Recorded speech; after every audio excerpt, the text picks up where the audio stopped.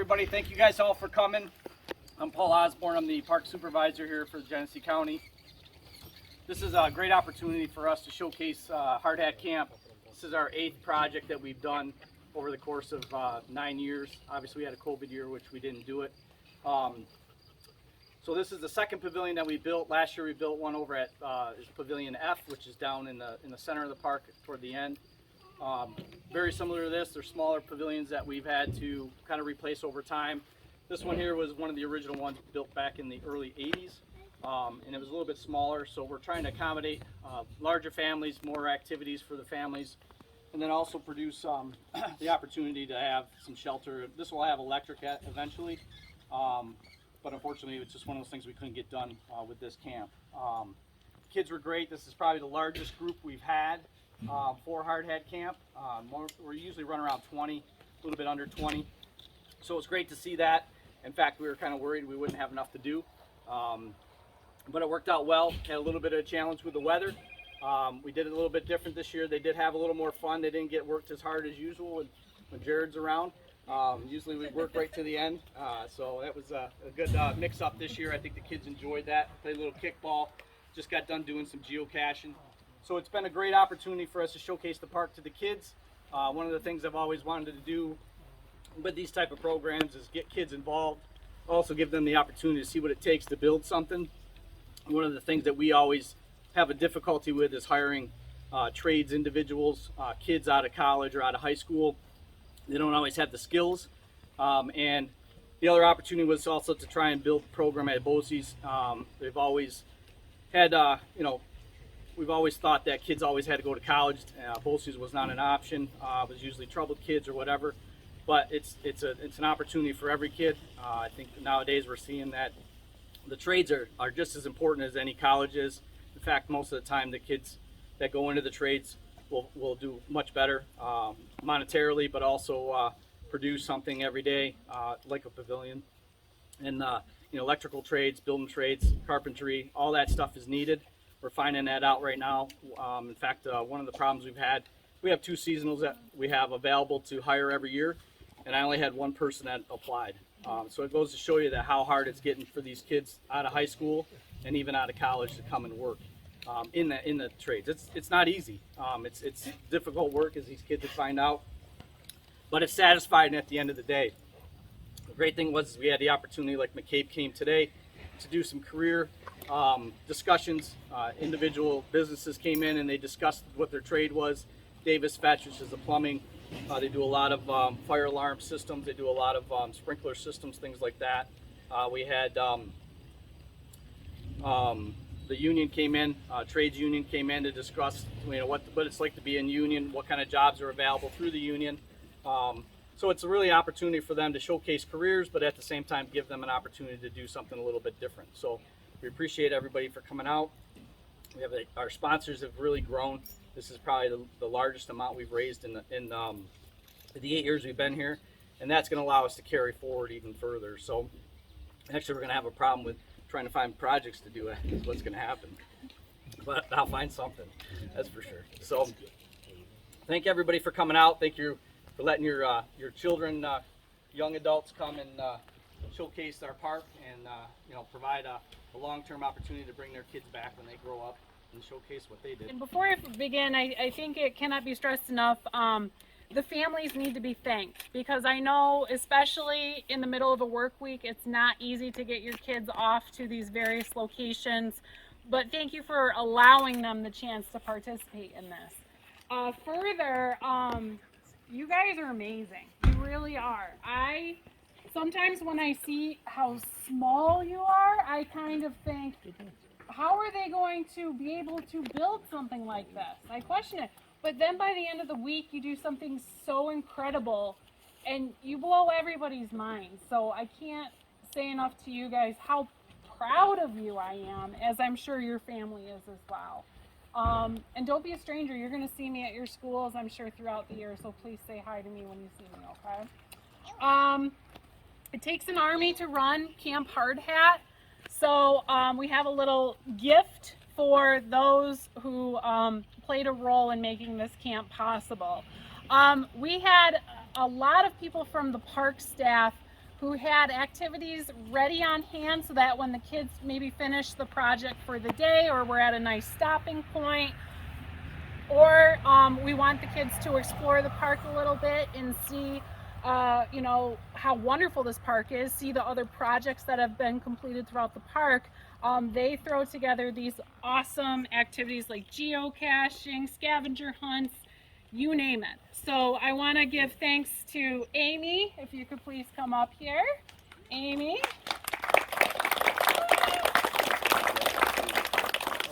Lily, unfortunately, is not here, but Shannon, if I give you her stuff, will you make sure she gets it? Yes, okay. Absolutely. All right. We had some Acorn volunteers. Again, the Acorns are the volunteer group who help put on all the programs here at the park, and we had several Acorns who were helpful today. Shout out to Miss Julia Garver. Tim, I'm not sure of his last name, but Tim was here Wednesday helping the construction crew. So, Tom, I'm so sorry, Tom. We'll correct that. Okay. And a big hero of ours, and he really is big. We call him Sticks, and I'll be honest, I don't know what his real name is. Yeah, nobody does. But anyway, he came in our moment of need and was on the ground helping the kids saw everything. So a big shout out and thanks to Mr. Sticks, as we were all calling him. The next person I want to thank is Shannon Lyaski. She is the conservation educator here at the park. I've had the pleasure of knowing Shannon for 5 years. She's become a really good friend of mine, and she goes above and beyond for not just this camp, but anything that the BEA needs. So I just want to give her a hug and thank you. Thanks. So thank you. Thank you. Yeah. I just want to say that BEA is awesome, and again, what Karyn said about all of you for allowing them to be here today. And I wanted to tell you guys that you're awesome also, because we were just running, and I was like, okay, we're gonna do this now. You guys are great. Thank you. Thank you. Thank you to you guys. Yes. Thank you. Next, of course, we have Jim, who is an Acorn volunteer as well, and he was here every single day helping with the construction project. So, Jim, thank you so much. It's my pleasure. I want to make a quick announcement too, if I can. Tomorrow night, 6:30, we're having a band concert over in D, over here. It's right on the other side. If you like swing music, it's free, and it's going to be great. Thank you. Your kids are great. Yeah. Next is George Squires. George is, we can't run Camp Hard Hat without George. He's such a wonderful helper. He knows his stuff. So thank you so much, George. Thank you, George. Real quick, because I have my friends here, if you guys could give a wave. We have McCabe Electric, who has been here. They were our speakers today, and they hung out so that they could see today's project. So thank you guys for all your support. Appreciate it. I think we know how high expenses are getting nowadays. I looked up the cost to hire a health director for our camp, and it was astronomical. But luckily, I have a family member who's a retired nurse, so I just picked up the phone and called her and just fed her really good food throughout the week. And I couldn't have done it without my mother, Rhonda. She's been here to help and answer anything. So thank you, Mom. Okay, this is the part where I'm gonna start crying, I think. So something we did differently this year that I think will become a thing for Camp Hard Hat is we have students who age out of our program. So we target kids who are grades 6th through 10th. But last summer when we concluded this, I remember I had 2 campers, Lucas and Jackson, who pulled me aside and said, can we come back next year? And in my mind, I was like, of course, COVID happened. We couldn't have camp one of the years. That was no fault of your own. Come back. And then having talked to Mr. Radesi, Mr. Monroe, and our other Camp Hard Hat coordinators, we said, well, let's not just have them back. Let's give them the leadership of becoming a counselor themselves. So they took on their duties. Fantastic. We could not have asked for 2 better people to kind of start this whole counselor program. that we've started this year. It was impressive to see them take all the newbies, or as Mr.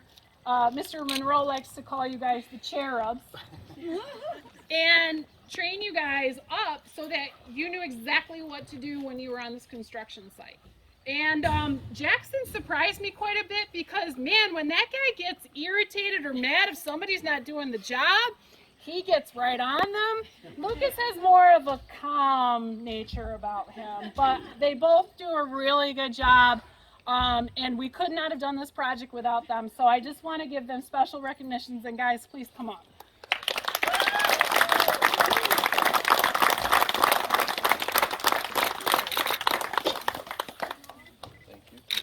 Can you guys pose together? Just get real quick. Oh, you guys. No, you get in there. We can't have this camp without Paul because he makes the projects for us. He gets the materials. When we have an instructor who can't be here, he finds somebody like in the dead of night and he gets it. So again, Paul is hugely instrumental. We love working with you, and thank you so much, Paul. Appreciate it. All right, my program assistant, she probably is thinking, why did she send me geocaching just now? I heard she got scraped up on some of the paths. I think Jackson had something to do with it, she mentioned. No. But anyway, Madison has helped me tremendously. She is a gopher to go get the lunches, make sure the kids have everything they need. I'm sure parents who have picked up their kids here, you've met Madison, so she's just a wonderful human being, and I just want to thank Madison for everything that you've done. Thank you.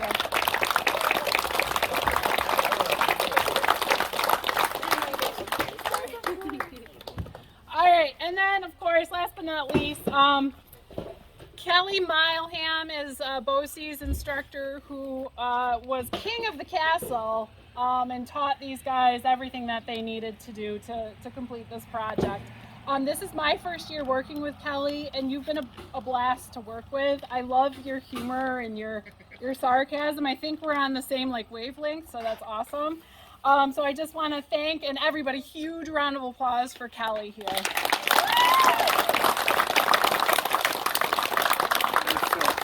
I know, it's a lot.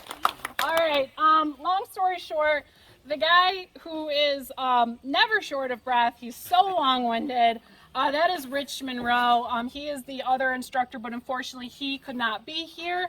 But he did make sure that he got the last word in today. So today, he sent me a text and said, Karyn, I got this whole speech that if you could read it out on my behalf. And I kept scrolling and scrolling and scrolling. And we're lucky that Jared Radesi, man, you guys started it all. He's here to come see the dedication ceremony. And I've just asked Jared if he could read Rich's speech, and that'll kind of wrap things up. So, hi, Mr. friends. Radesi.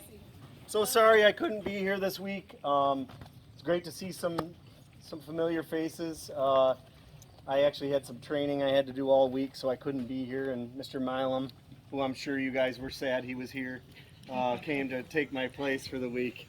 Yeah, I mean, so any of you that know Rich Monroe know that, this is a full, but wait a minute, okay? So I'm gonna sum this up, but yet quantify everything he has to say. Good day, everyone. I want to start off by apologizing for my absence. COVID finally caught up to me after 2.5 years. You are here to celebrate the building of this new pavilion. This pavilion commemorates what planning, execution, and support can do to bring a project like this to completion. I would like to thank Karyn, Miss Madison, Anthony, Kim, Morgan, Claire, Jared Radesi, and anyone else that I have forgotten to this list here. These folks, with their behind-the-scenes efforts, are what makes this camp possible, from fundraising to organization and to their connections to the community. As it is said, the devil is in the details, and these folks, anyway, not sure what he meant there. I would like everybody to thank Paul Osborne for his undying dedication. And of course, you know, everything that he does and it takes to run this. Shannon, who's been with us since the very beginning. Shannon Lasky, who's over there.